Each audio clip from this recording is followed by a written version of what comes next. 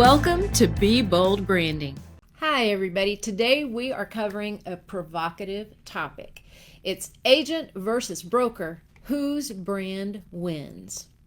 If you're a broker and you're concerned that your agents are promoting their own personal brand instead of yours, well, this topic is for you. And likewise, if you're an agent who's wondering which brand to promote, yours or the brokerage brand, well, this is for you too. So today we're going to tackle the hard questions about brokerage branding versus personal branding and cover 4 thought-provoking statements that will change your perception of branding. Forever. I'm Tanya Eberhardt, founder of BrandFace, where we help business stars differentiate themselves, and we do that through personal branding. And I'm Michael Carr. I'm the COO of BrandFace. I was a client before I became a partner in the company, and we're the only comprehensive brand building course, personal brand building course across the globe. And thank you for joining us. I am a broker. This is a provocative thought process right here about branding and what's important and what we need to know about it. Yeah, Michael gets very passionate on this I'm very topic. passionate about this. He is. Watch for things to fly. Yeah. So, thought-provoking statement number 1 is you are your brand. So first, remember that whether you're a broker or an agent, you are your brand. Brokers, your business is built on what you stand for, what you have worked for, what you want to be known for, your ideals, your ethics, the way you do business, right? And agents, for you, it really is no different, right? Mm-hmm. The same is true for you. Your business is built on what you stand for, and it may be slightly different or vastly different from what your broker stands for on a street level in terms of real estate. We'll talk about that in just a minute. But this is where you are actually equally yoked, right? You're equally yoked, brokers and agents alike. So we're going to kind of even the playing field right there, start from ground zero and say you are your brand, whether you are an agent or a broker. Yep. The second thing is of the 4 points is you're building a culture. Doesn't matter if you're a broker or an agent. This is important. You're building a culture. That's all a business is. That's all Coca-Cola is. That's all Band-Aid is. You're building a culture of people that believe in the product or service in which you're putting out there. Brokers, you're not only representing what you stand for, you're representing the culture that you wanted to build within your brokerage, right? The very things that make you who you are.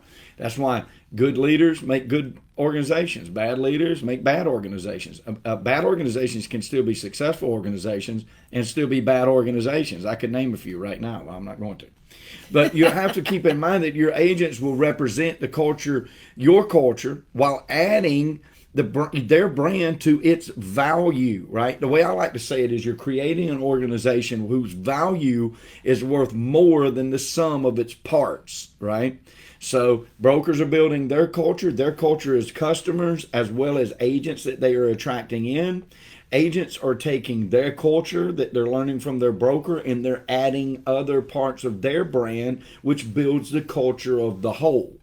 All right, flip it on its head. Agents is a backwards side of that funnel. When you consider a brokerage to hang your license with, work with every day, you're looking for a culture that aligns with your ideals and desires. So you want to pick one that is going to invest in you, personally invest in you is the way I like to say it. Because especially if you're starting out, you want a broker that's going to invest time and money and experience in you specifically. It's very important. As you get experience, you can move to other brokerages where you're sort of like a small fish in a very big pond, but we want to start off with one that's going to invest in you, right? You want to be able, agents, you want to be able to clearly identify your own brand and your ideal customers inside the brokerage culture that you're joining.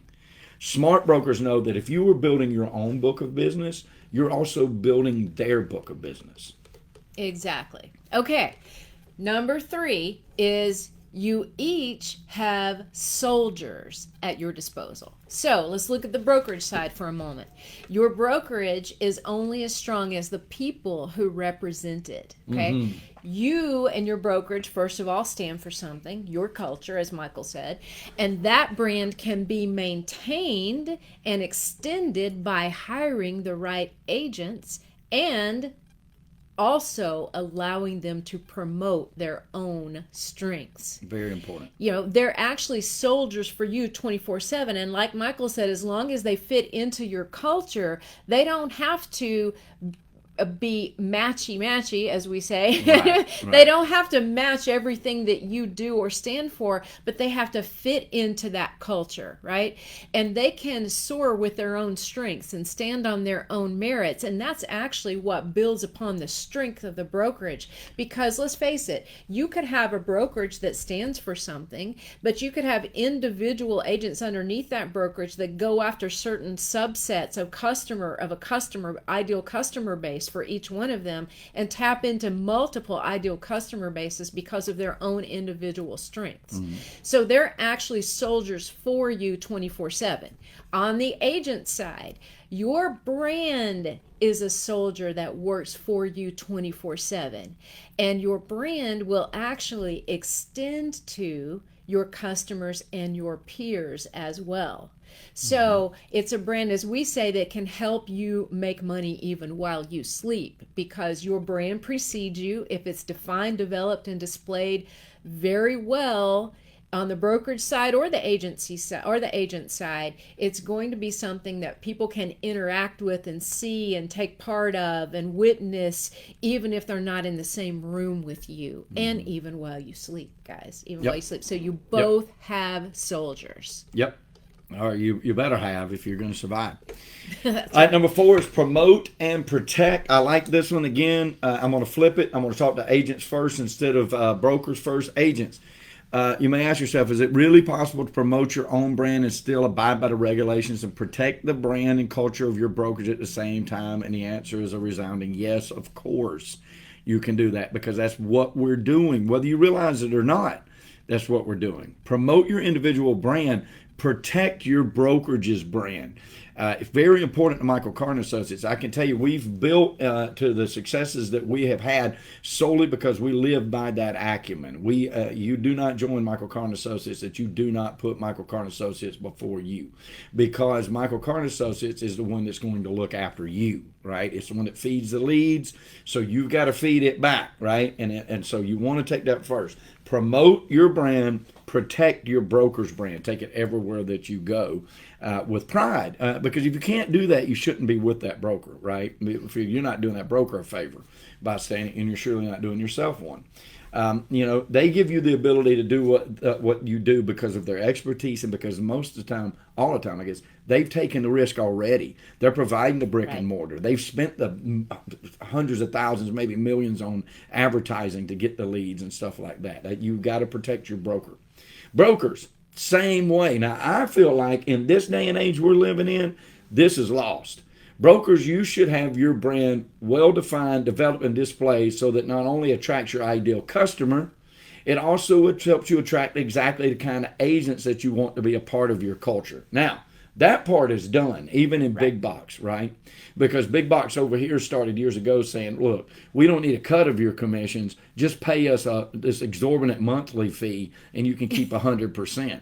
And then they go out there and they sell the culture of 100%, knowing doggone good and well that it's not 100%. They're taking back this exorbitant monthly fee. They're attacking, you're paying 20 cents a copy, like for black and white copies, like all of these things and they broke it down to the point that you're still paying a huge percentage to your brokerage to be attached to that brokerage.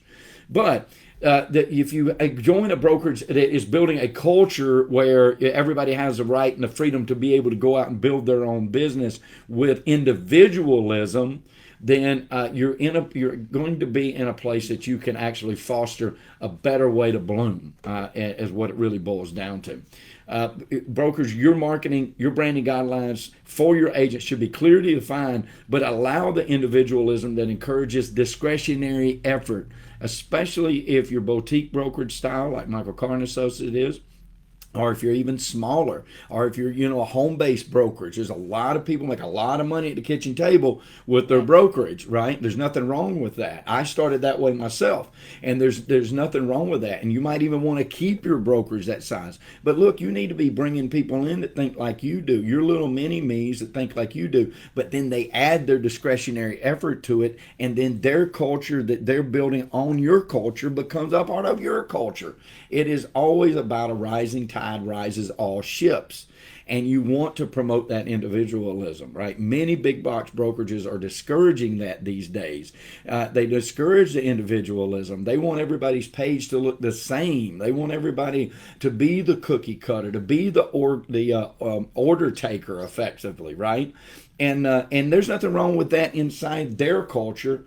But I find that most people do better when they're not a part of that kind of sea of sameness culture. They do better when they're with somewhere where they can really promote their own individualism and bring their own character traits to building the business, right? So I think it's very short-sighted, a big box, in a lot of ways when they try to do that. So brokers, have it well defined, and make your agents protect it, and at the same time encourage them to bring their own brand and their own culture into yours. That's right. I warned you guys. I told you he was very I get passionate about this. Yeah. I really will. Well, he fully believes it, and his agents know he believes it. Well, it's built Michael Carter Associates, and it continues to grow because of that. I want to see my agents. I work hard every day to make sure that all of my agents are absolutely as successful as they want to be, and that's the kind of broker that you want to work for. Absolutely. All right, so let's do a quick little recap, guys. The 4 thought-provoking statements about agency versus broker or brokerage brand. Number 1 is you are your own brand. Equally yoked, guys. Your business is built on what you stand for. Same for brokers, same for agents. Number 2, you are building a culture. Consider that as you are bringing the right kind of agents into your culture. Agents, consider it as you're looking for the right kind of broker. 3, you each have soldiers, whether it's your agents out there for you in terms of a broker or your own individual brand out there for you in terms of an agent that happen to impact how friends, family, customers, and peers see you. Those are your feet on the ground, your soldiers on the ground as well. And then finally, promote your own personal brand, protect your brokerage brand. It takes both things to be super, super successful. Okay, so that's your recap, and we hope you guys have enjoyed this provocative topic today. That's right.